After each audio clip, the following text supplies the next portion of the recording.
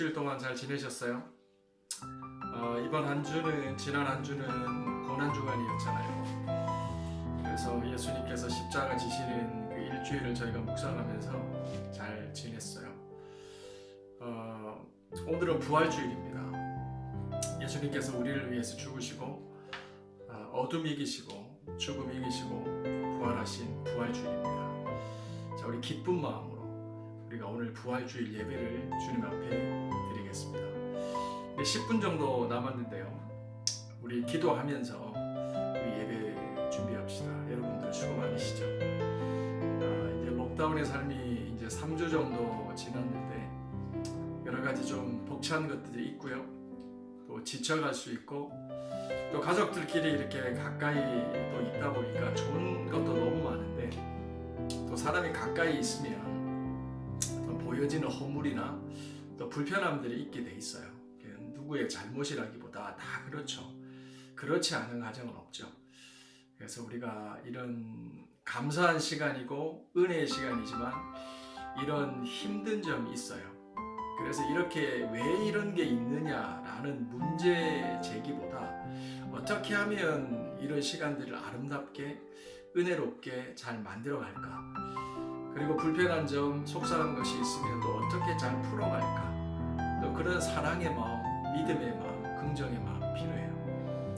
자, 여러분들 수고 너무너무 많으시고요. 이 부활주일날 우리가 기도하면서 예배 준비했으면 좋겠습니다. 그래서 하나님 앞에 우리가 기도함으로 우리 부활주일 예배 준비하도록 하겠습니다. 우리 같이 한 10분 정도, 10분 좀 못 되겠네요. 한 7분 정도 우리 같이 기도하면서 하나님 앞에 예배 준비합시다. 같이 기도합니다.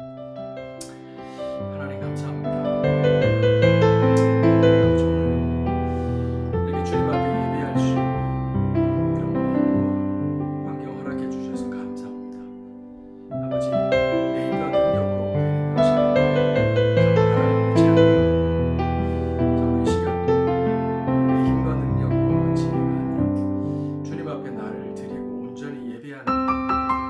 주님만 바라보는 마음, 이 시간도 주님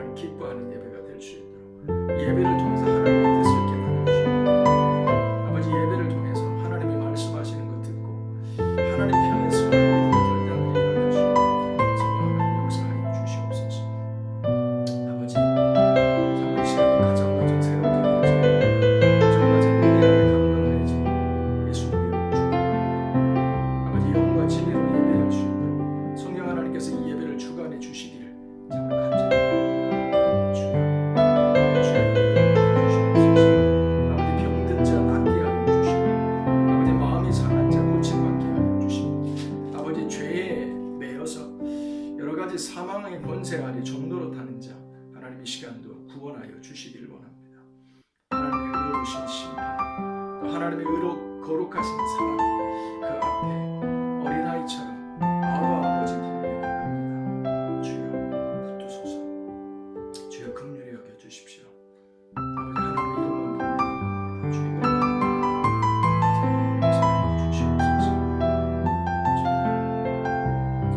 주여 주의 이름을 부르는 자는 누구든지 구원을 받으리라 하셨습니다.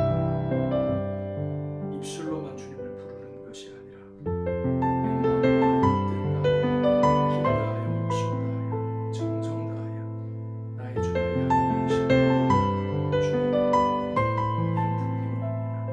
주여 예배를 받아 주시옵소서. 하나님 감사합니다.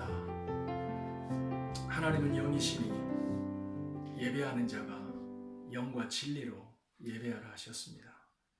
성령 하나님, 이 예배 가운데 임재하여 주십시오. 진리의 말씀으로 오셔서 모든 어둠 가운데 주의 진리의 빛을 비춰주시고 모든 인간적인 세상적인 생각, 역사들은 끊어지고 빛이신 하나님의 생명의 역사만 이 예배 가운데 드러날 수 있도록 성령 하나님 역사하여 주옵소서. 주님께만 이 모든 예배를 온전히 올려드리기를 원합니다. 예수님의 이름으로 기도합니다.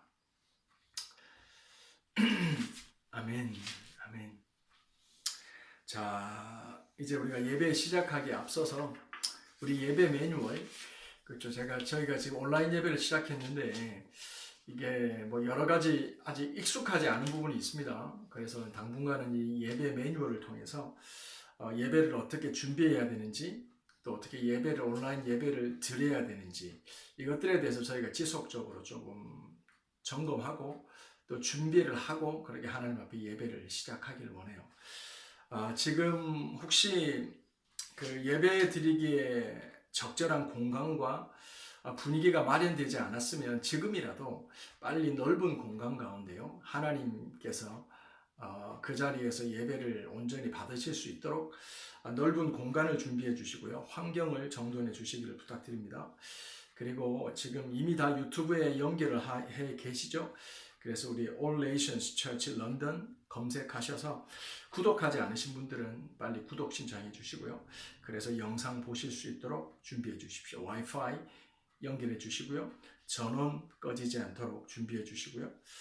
그리고 핸드폰으로도 하실 수 있지만 좀 화면이 크면 예배 집중에 도움이 됩니다. 그래서 여러분이 큰 화면, TV, 컴퓨터 뭐 이런 것들을 통해서 예배를 참석해 주시면 감사하겠습니다. 그리고 스피커, 오디오에 연결시키셔서 소리 잘 듣기 바라고요.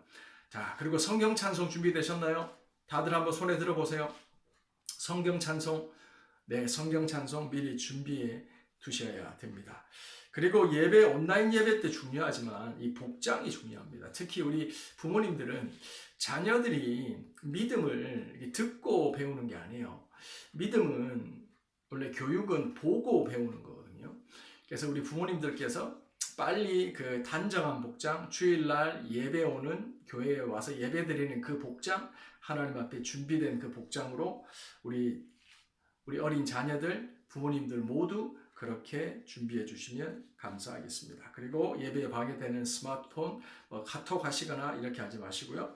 방해되는 요소는 제거해 주시기 바랍니다. 그리고 예배를 이렇게 함께 드리시면 좋습니다. 좀 전에 한 것처럼 10분 전에 저희가 예배 시간이 11시로 바뀌었죠. 오전.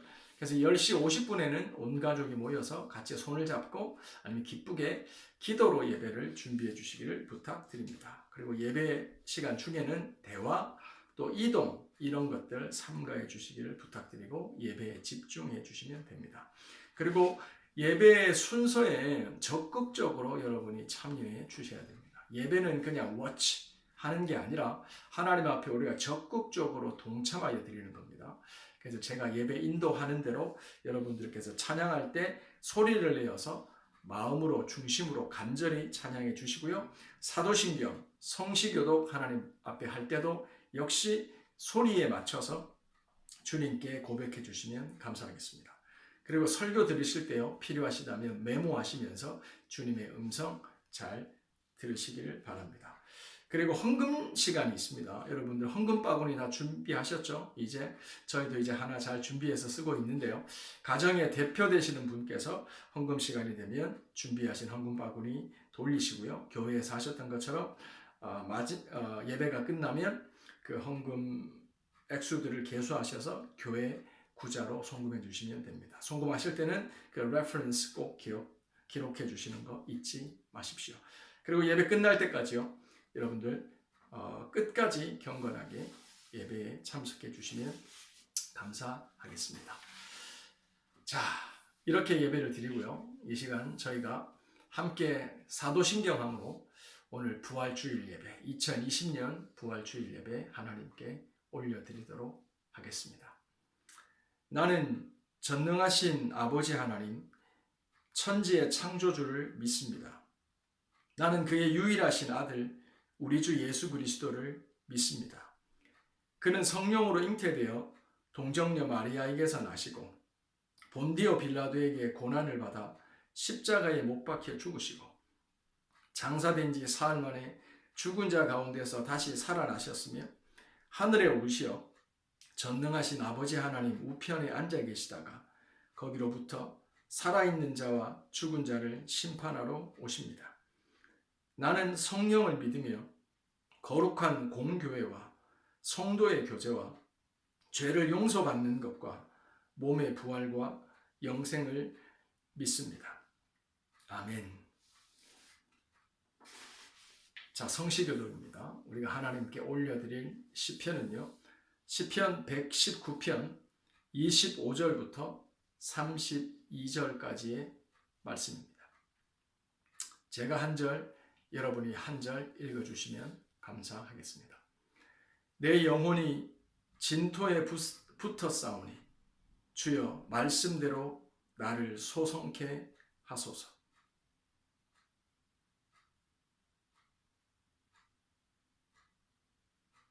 나로 주의 법도의 길을 깨닫게 하소서.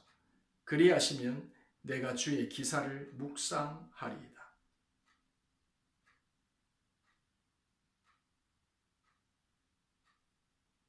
거짓 행위를 내게서 떠나게 하시고 주의 법을 내게 은혜로이 베푸소서.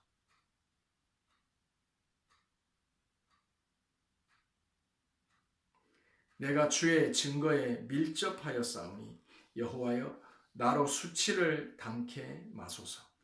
주께서 내 마음을 넓히시오면 내가 주의 계명의 길로 달려가리이다.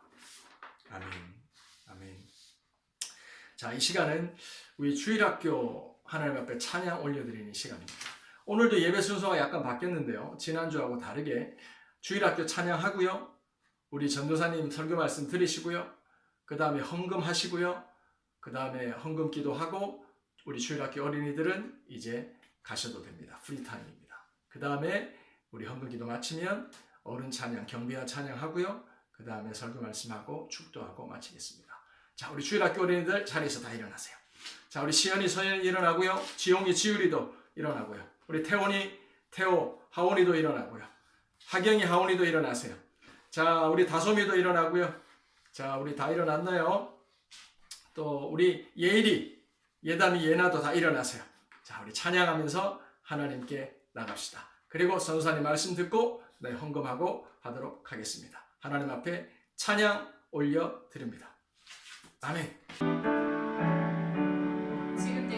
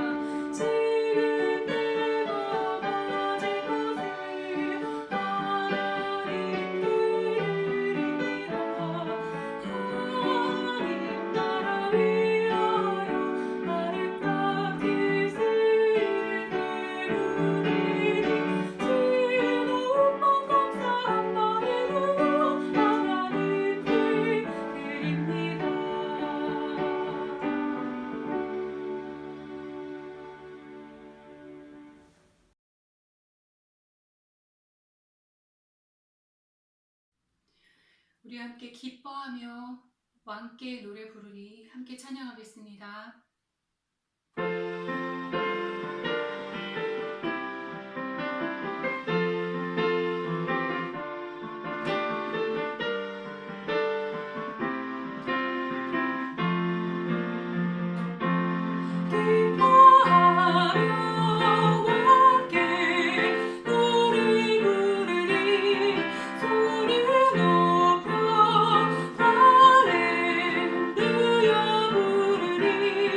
주님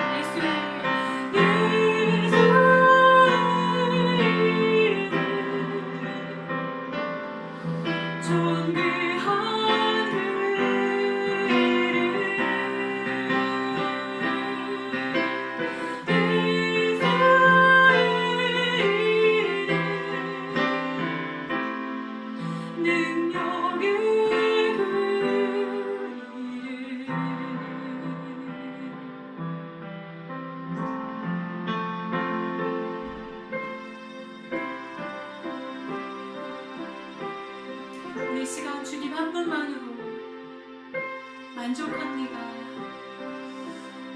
세상이 주는 어떤 유혹도 나를 흔들 수 없습니다. 오직 주님으로 만족하기를 원합니다. 나를 구원하시고 나를 위해 십자가를 지시며 나를 위해서 부활까지, 그리고 나를 위해 주님의 나라를 처소를 예비하러 가신 그 예수님, 오직 주님이 나의 주인이십니다. 이 시간 주님 앞에 고백하겠습니다. 주님 한 분만으로 내 영혼 만족하네. 다른 종류의 즐거움 날 채울 수 없네. 주님 한 분만으로 내 영혼 기뻐하리. 세상이 주는 어떤 유혹도 날 흔들 수 없네. 이것이 나의 힘, 이것이 나의 노래, 이것이 내 소망의 이유, 주 나의 모든 것.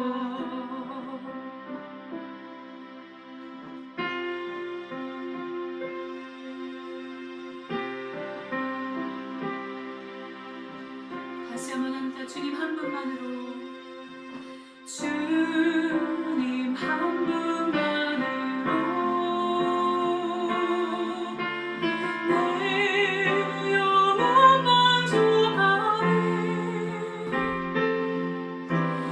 다른 종류의 즐거움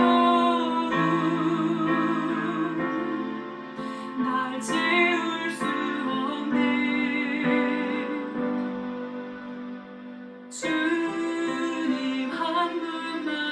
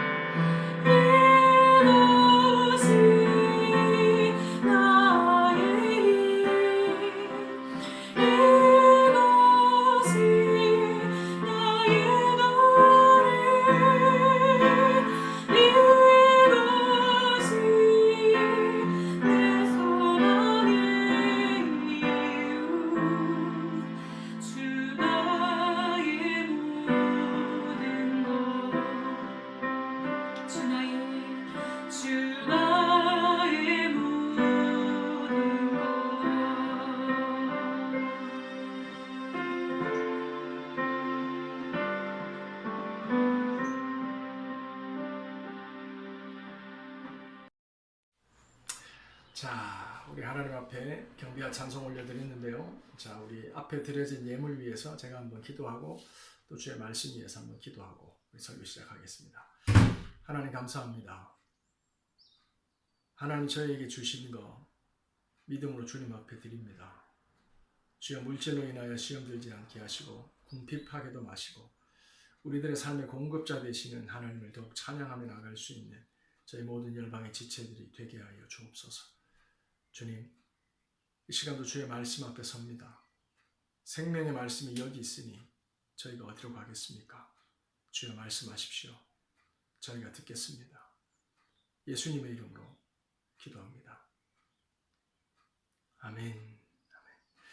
자, 오늘 2020년 부활주일 하나님께서 주시는 말씀 요한복음 11장 23절부터 27절까지 말씀입니다.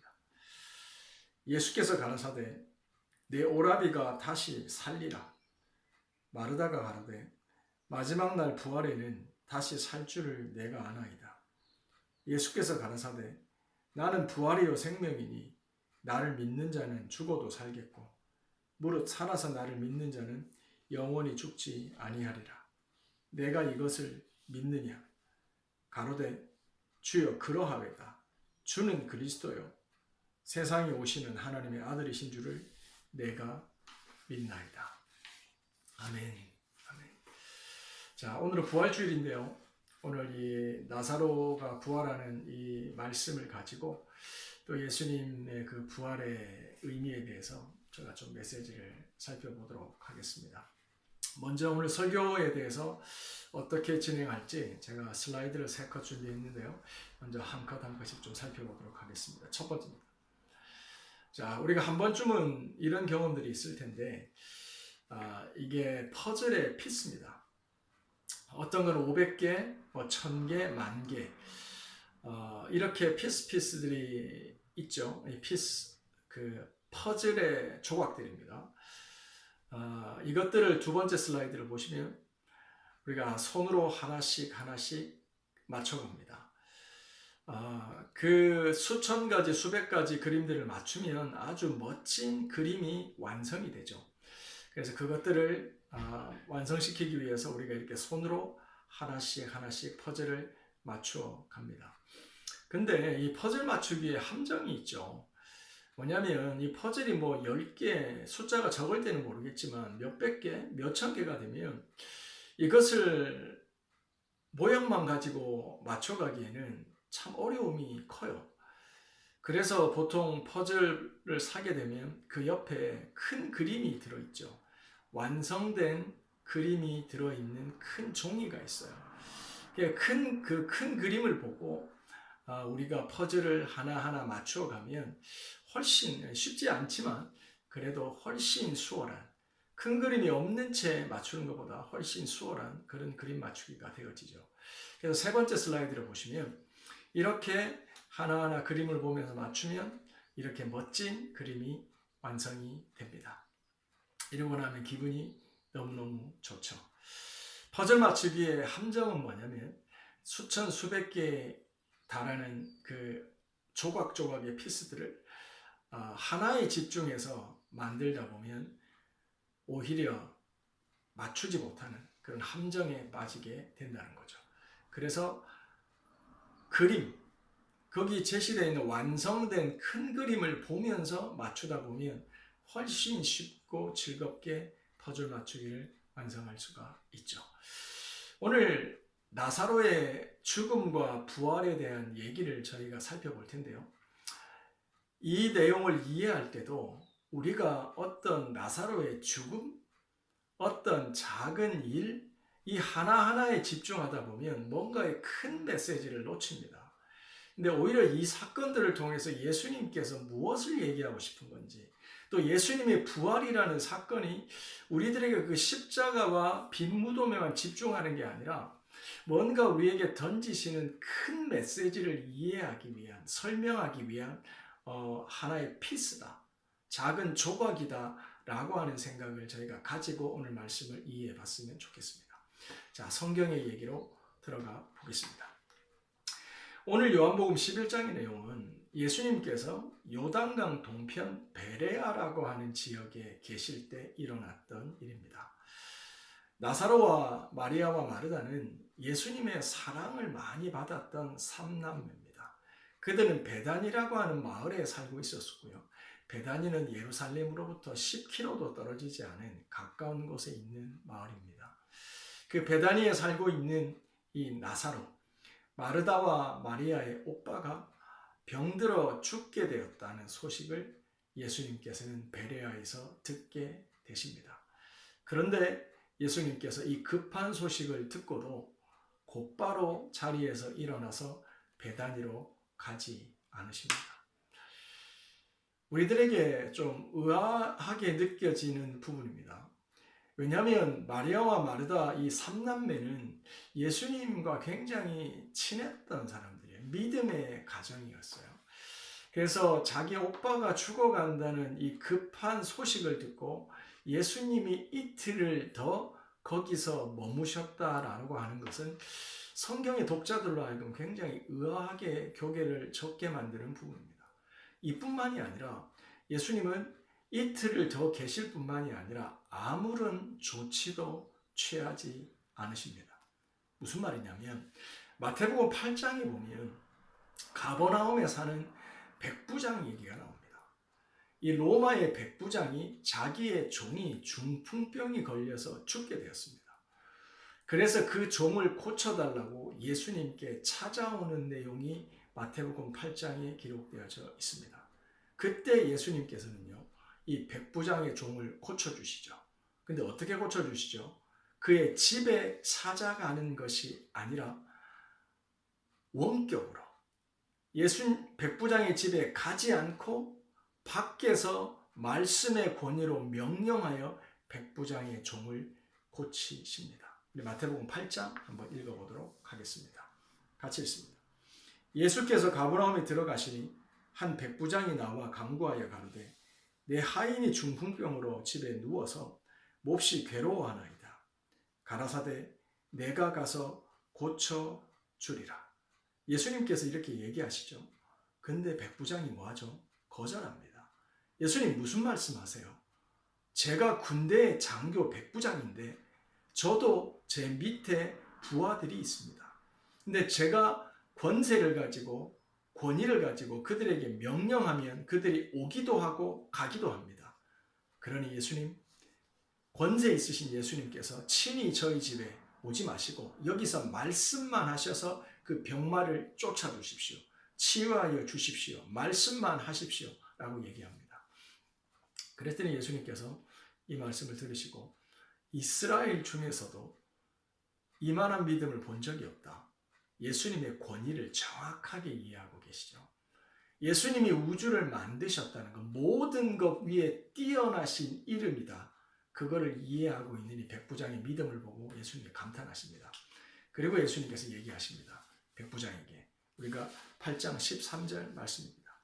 예수께서 백부장에게 이르시되 가라 내 믿음대로 될지어다 하시니 그 시간부터 하인이 나으니라. 아멘. 무슨 말씀이에요? 예수님이 백부장의 집에 가시지 않고 먼 거리에서 말씀만 하신 그때의 그 권세로 백부장의 종의 중풍병이 나음을 입었다는 내용이죠. 백부장의 집에까지 가실 필요가 없었다는 게 포인트입니다. 베다니로 다시 돌아옵니다. 베레아로 다시 돌아옵니다. 예수님께서 마르다로부터 오라비 나사로가 죽어간다는 급한 소식을 듣고 이틀간 더 머물러 계십니다. 그것뿐만이 아니라 어떠한 조치도 가버나움에서 행하셨던 백부장에게 행하셨던 이런 원격적인 치유가 가능하신데도 아무것도 하지 않고 계신 겁니다. 성경을 자세히 읽어보면 예수님께서는 왜 이틀 동안 베레아에 더 머물렀는지 그 명확한 이유를 성경은 얘기하지 않습니다. 다만 문맥적으로 읽어볼 때 예수께서는 나사로가 죽기를 기다리고 계셨다는 문맥이 읽혀집니다.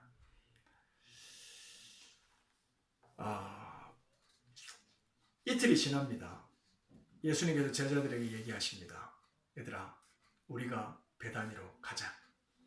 그랬더니 제자들이 난리를 합니다. 예수님 무슨 말씀하세요? 우리가 얼마 전에 수전절에 예루살렘에서 당했던 봉변을 기억하지 못합니까? 거기서 예수님께서 하나님과 나는 하나다라고 얘기하시면서 그 서기관들과 바리새인들이 예수님을 붙잡고 죽이려고 했던 게 기억 안 납니까? 예루살렘 근처로 가면 위험합니다. 라고 예수님께 반대합니다. 그랬더니 예수님께서 가자 라고 얘기하셔서 결국 제자들과 예수님은 베다니로 향합니다. 그리고 베다니로 예수님께서 거의 다 오셨습니다. 그때 예수님이 베다니에 거의 도착했을 때 상황을 성경은 이렇게 기록하고 있습니다. 요한복음 11장입니다. 오늘 본문이죠. 본문이지만 오늘 그 내용에 속하죠. 요한복음 11장 17절을 보시면 예수께서 와 보시니 나사로가 무덤에 있은지 이미 나으리라. 자, 예수님께서 베레아에 이틀 머무신 것도 이상하고 아무런 조치도 취하지 않으신 것도 이상하고 이제 베다니에 왔는데 그 시간적인 배경을 나사로가 이미 죽은 지 나흘이 지났다고 성경은 얘기를 하고 있습니다. 예수님께서 베다니에 거의 도착하셨다는 얘기를 마르다가 듣습니다. 그리고 자리에서 벌떡 일어나서 예수님께로 달려갑니다. 그리고 예수님을 보자 하소연하기 시작합니다. 예수님께서 계셨다면 진작 오셨으면 이렇게 내 오라비 나사로는 죽지 않았을 텐데 예수님이 이 마르다의 모든 아픈 안타까운 하소연을 그대로 들어주십니다. 그리고 나서 예수님이 마르다에게 말씀하십니다. 마르다야, 말 다 있냐? 이제 내가 내게 말할게. 잘 들어봐라. 나는 부활이요 생명이니 나를 믿는 자는 살아서 나를 믿는 자는 죽지 아니할 것이요 죽어서 나를 믿는 자는 영원히 살 것이다. 아멘. 예수님께서 마르다에게 지금 얘기하십니다. 나는 부활이요 생명이니 나를 믿는 자는 죽지 아니할 것이요. 오빠 나사로가 부활할 거에 대한 암시가 들어있는 대목입니다. 사랑하는 성도 여러분, 나사로가 죽었습니다. 그리고 예수님께서 죽은 지 나흘이 지난 그때에 베다니에 오셔서 이 나사로를 살리십니다. 이 나사로의 부활 사건은 우리들에게 무엇을 알려주고 있는 겁니까? 우리가 단순하게 나사로가 죽었다가 살아났다라고 하는 이 사건을 통해서 성경이 우리에게 그냥 하나의 해프닝, 죽은 사람이 살아났다라고 하는 것을 단순하게 전하는 그 이상의 큰 그림에 큰 메시지가 있다는 걸 우리는 놓치면 안 된다라고 하는 거죠. 나사로의 부활 사건은 우리에게 어떤 메시지를 던집니까? 부활. 틀린 말은 아닙니다. 그런데 그거보다 더 큰 메시지가 있다라고 하는 겁니다. 그게 뭐냐면 여러분, 부활 이르면 느낌이 좀 있으세요? 너무 많이 들어서 너무 뻔한 말, 생각이 되지도 않고 뭔가 묵상이 되지도 않는 어떤 그런 뻔한 주제이지 않습니까? 부활은 뭔가의 큰 그림을 우리에게 알려주는 하나의 조각 메시지일 뿐인 거예요.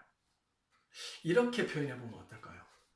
부활을 다른 말로 표현하면 뭘까요? 오늘 설교의 제목이 뭐죠? 그렇죠. Death of the death. 죽음의 죽음입니다. 사람들은 일반적으로 죽으면 끝이지. 죽었는데 무슨 의미가 있어? 아무것도 소용이 없어. 죽으면 끝인 거야. 라고 얘기하는 지극히 현실주의자적인 생각과 믿음을 가지고 있는 사람들이 주변에 많습니다. 죽으면 끝난 거야. 죽지 못해서 그런 거지. 죽음이면 다라는 거죠. 죽음 앞에서는 일평생 지켜오던 믿음도, 내가 가진 철학과 기준도 그 죽음 앞에서는 벌벌 떠는 비겁한 가치가 되어지곤 한다 이 말이죠. 죽음이라는 건 사람들 앞에서 모든 믿는 신념과 철학과 내 삶을 지탱해 오던 모든 것들을 하나도 아무렇지 않게 만들어버리는 그 어마어마한 존재, 그게 죽음이야. 그리고 나사로의 죽음은 사흘이 됐어요. 나흘이 됐죠. 이미 죽음의 심연, 사람의 호흡이 끊어지고 나흘이 지났으면 어떤 상태가 보여? 성경에는 뭐라고 되어 있습니까? 나사로의 상태를. 이미 그가 죽은 지 나흘이다. 그리고 무덤 근처에 가봤더니 뭐요? 시체 썩는 냄새가 나더라 라고 성경은 기록되어져 있습니다. 죽음이 그 베다니를 덮었던 거예요.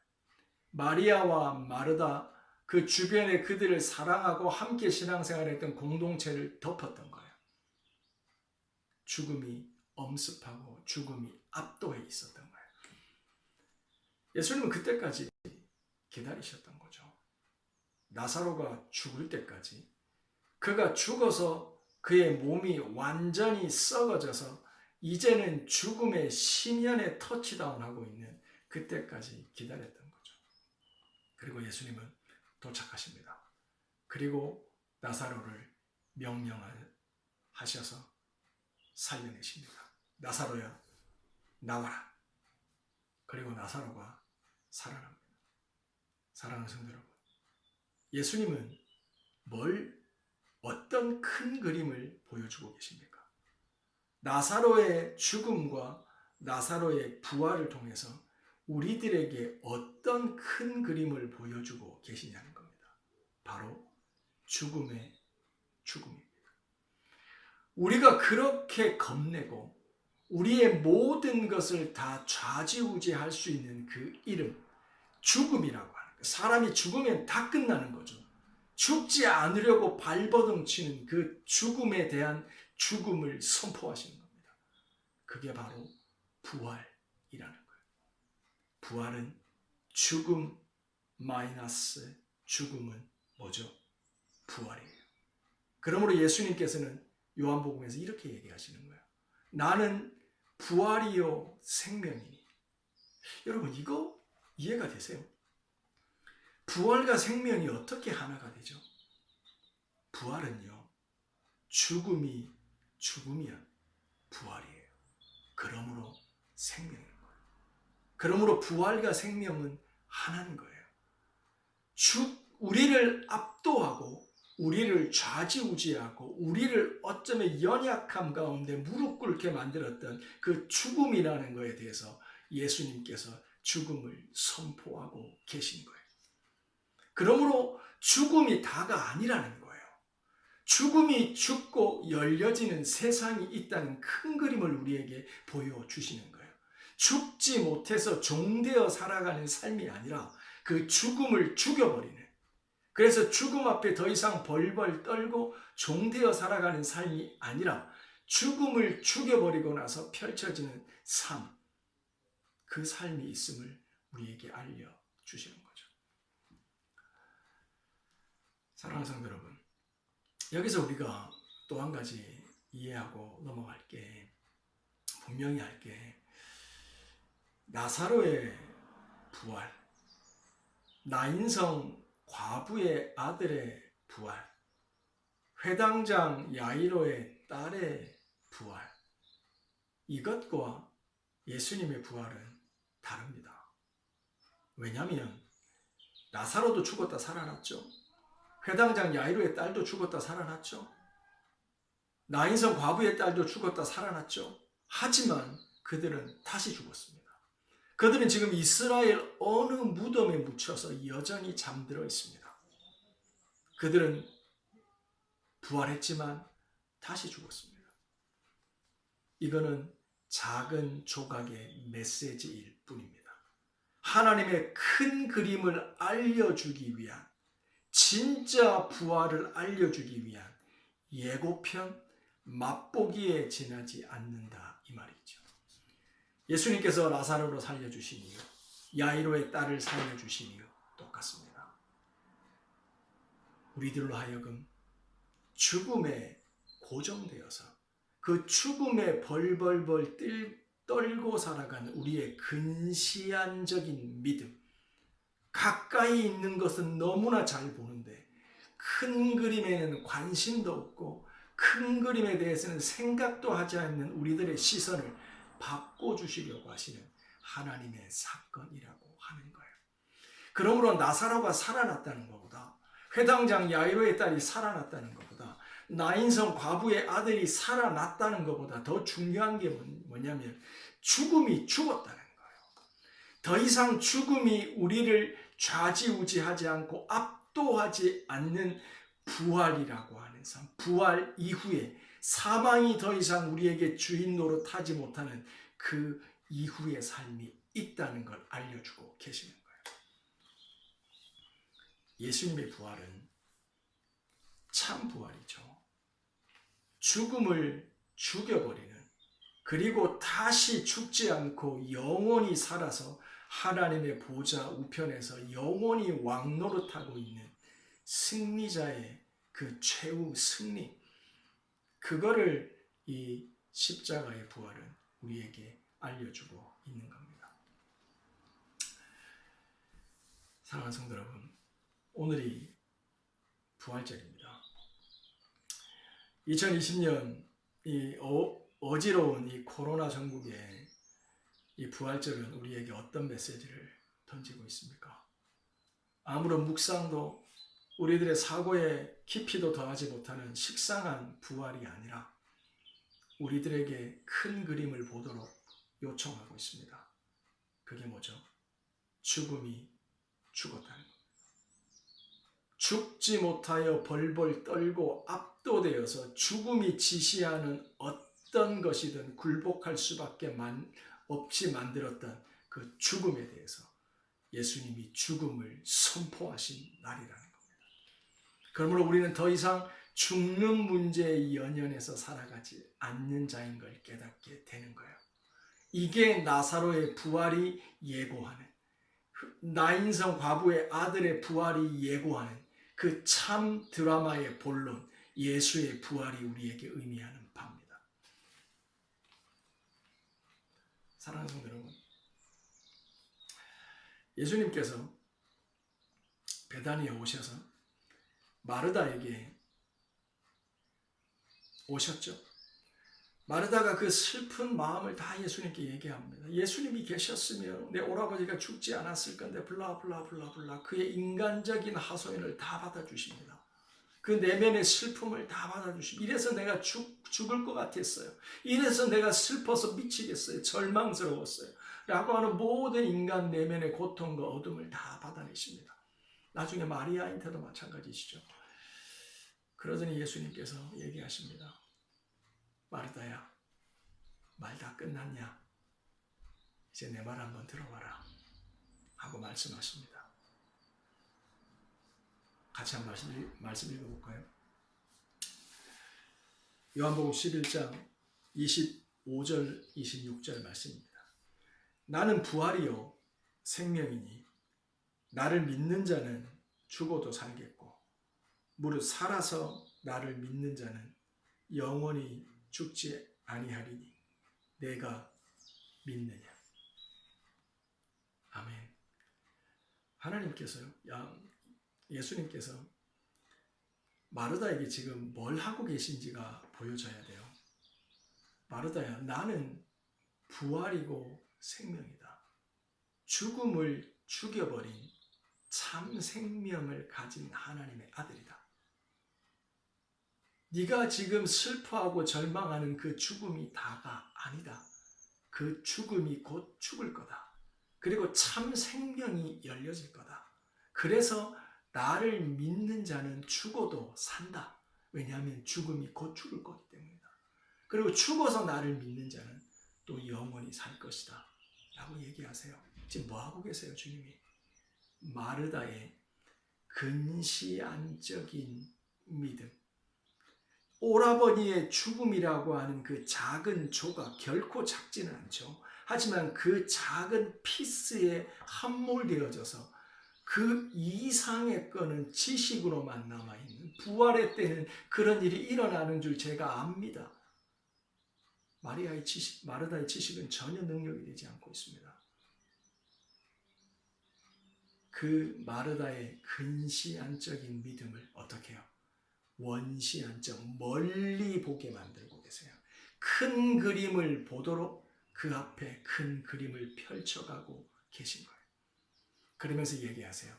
내가 믿느냐? 사랑하는 성도 여러분, 큰 그림은 믿음으로 보는 거예요. 믿음이 없으면 조각 메시지에 함몰되어서 그 조각 때문에 웃고 그 조각 메시지 때문에 슬퍼하다 인생 끝납니다. 그러나 큰 그림을 보는 사람은 작은 조각 하나하나에 일희일비하지 않는다는 거예요. 중요한 건 예수님의 이 질문을 듣고 마르다가 대답하는 내용이에요. 27절입니다. 요한복음 11장 27절. 가로되 주여 그러하외다. 주는 그리스도시요 세상에 오시는 하나님의 아들이신 줄을 내가 믿나이다. 여기서 마르다는 아주 중요한 두 가지 고백을 합니다. 예수는 그리스도시요 하나님의 아들이신 것을 고백하고 있습니다. 자, 이제 제가 말씀을 정리할게요. 오늘 좀 설교가 줄었죠? 마르다의 이 고백이 왜 중요하냐면요. 우리가 하나님이 제시하시는 큰 그림, 조각 메시지가 아니라 전체 메시지. 뭔가 근시안적인 해석이 아니라 멀리 내다보는 하나님의 믿음의 시선을 확보하기 위해서는 우리에게 믿음이 필요한 거예요. 근데 그 믿음은 철저하게 어떤 거냐면 렌즈와 같은 거예요. 그 렌즈의 내용이 뭐냐면 주는 그리스도시요 하나님의 아들이라는 렌즈예요. 무슨 말이냐면 우리가 철저하게 그리스도 중심적이 되어야 하나님의 큰 그림을 볼 수 있다라고 하는 거예요. 여러분, 내 중심적으로 살아갈 때는 작은 조각 메시지에 일희일비합니다. 하지만 우리가 그리스도 중심적으로 될 때 우리는 작은 조각 메시지에 기뻐하고 슬퍼하지 않습니다.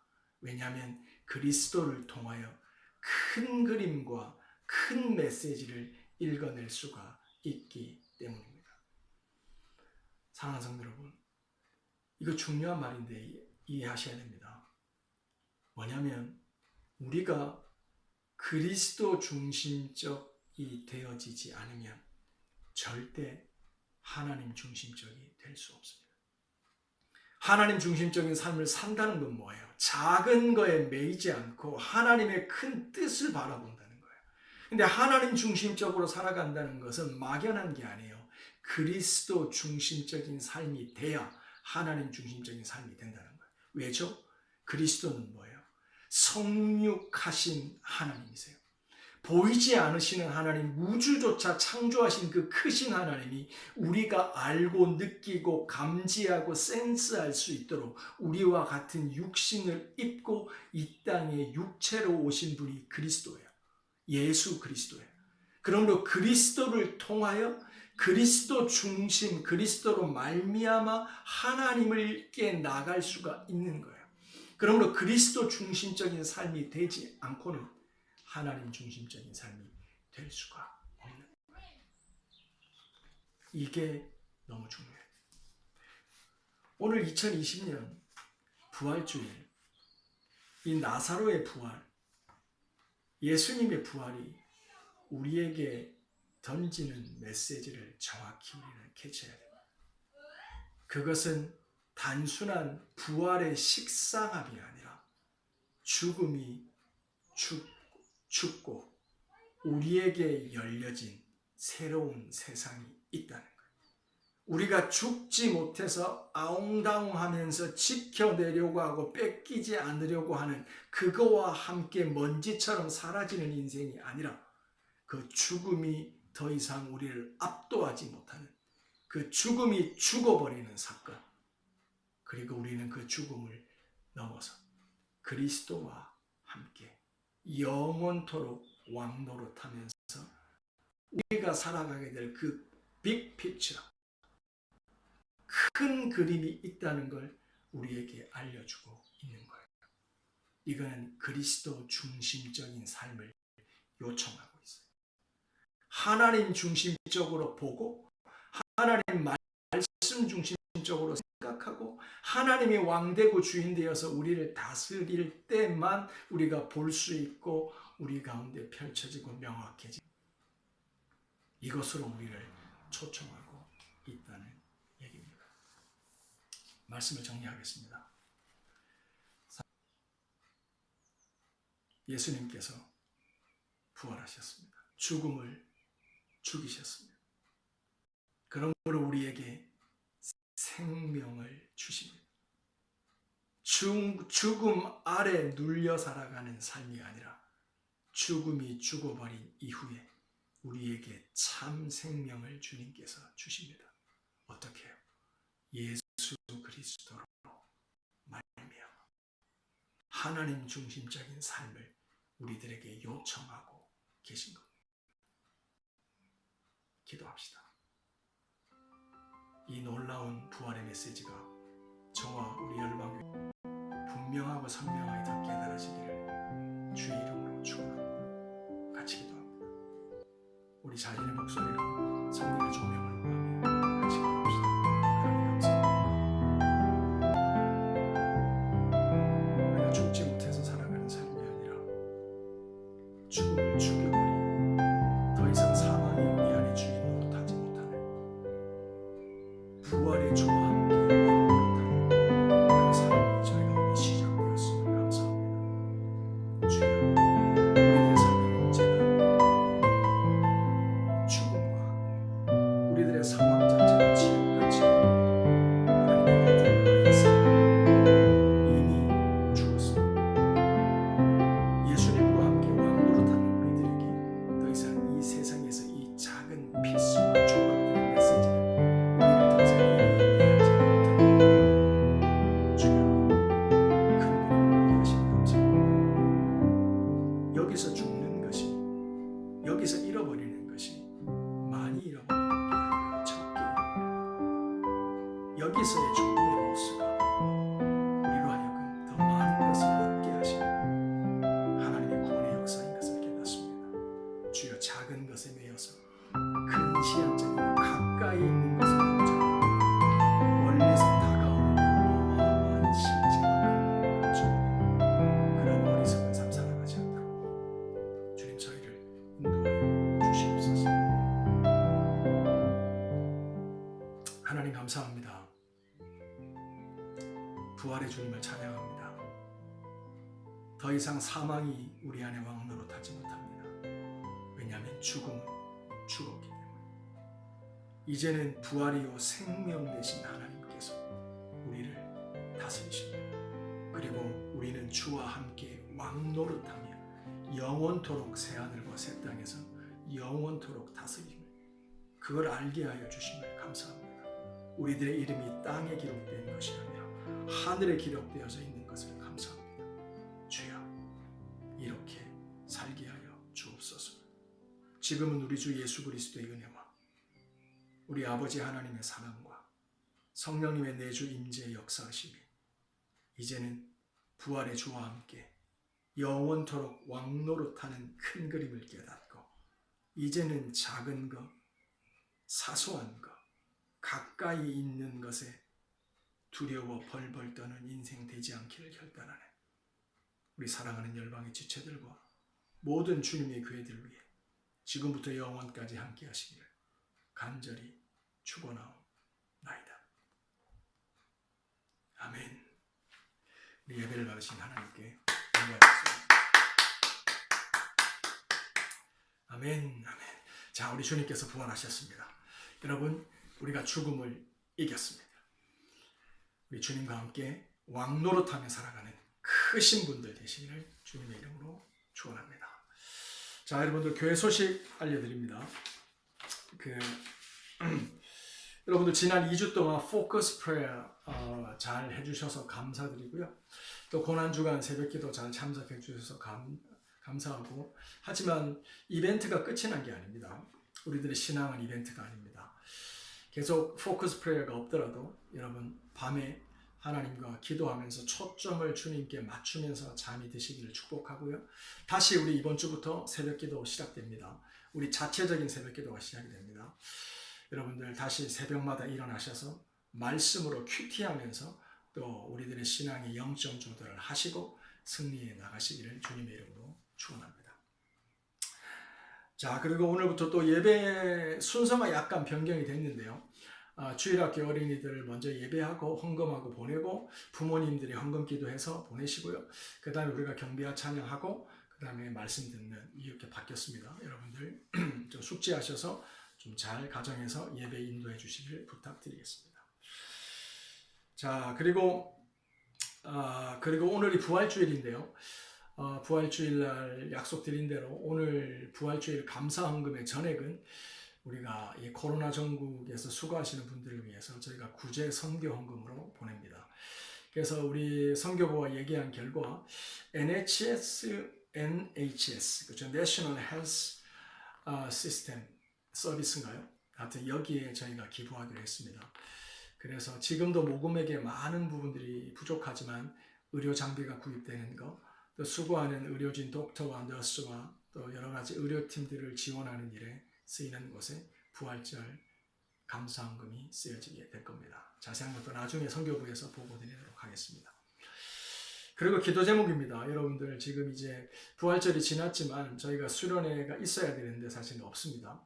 그래서 영적 공백이 좀 우려가 되지만 그래도 우리가 하나님이 특별히 이렇게 인텐시브하게 마련해 주신 이 가정의 울타리 안에서 여러분들이 또 가정이 함께 하나님 앞에 자라가는 시간이 되시기를 바라고요.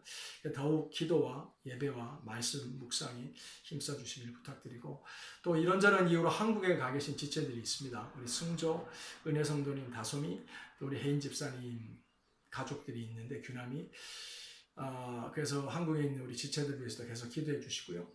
특별히 우리 은혜성도님 위해서 기도해 주십시오. 그리고 우리 여기 남아있는 우리 용범 형제, 우리 교회는 나오지 않지만 우리의 그 잠정적 우리 지체인 우리 용범 형제에 위해서도 계속 기도해 주시고 관심 가져 주시기를 부탁드리겠습니다. 자, 그리고 우리 김재진 선교사님이 그 봄 기도 제목 소식 알려왔습니다. 그래서 우리 그 선교부에서 쉐어해드린 그 기도 제목 봄 소식지 보시고요.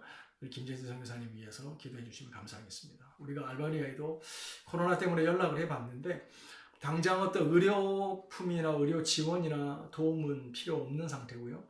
하지만 상황 보면서 좀 도움이 필요하면 다시 연락을 주시겠다라고 답신이 왔습니다. 지금 현재는 기도만 필요한 것 같고요.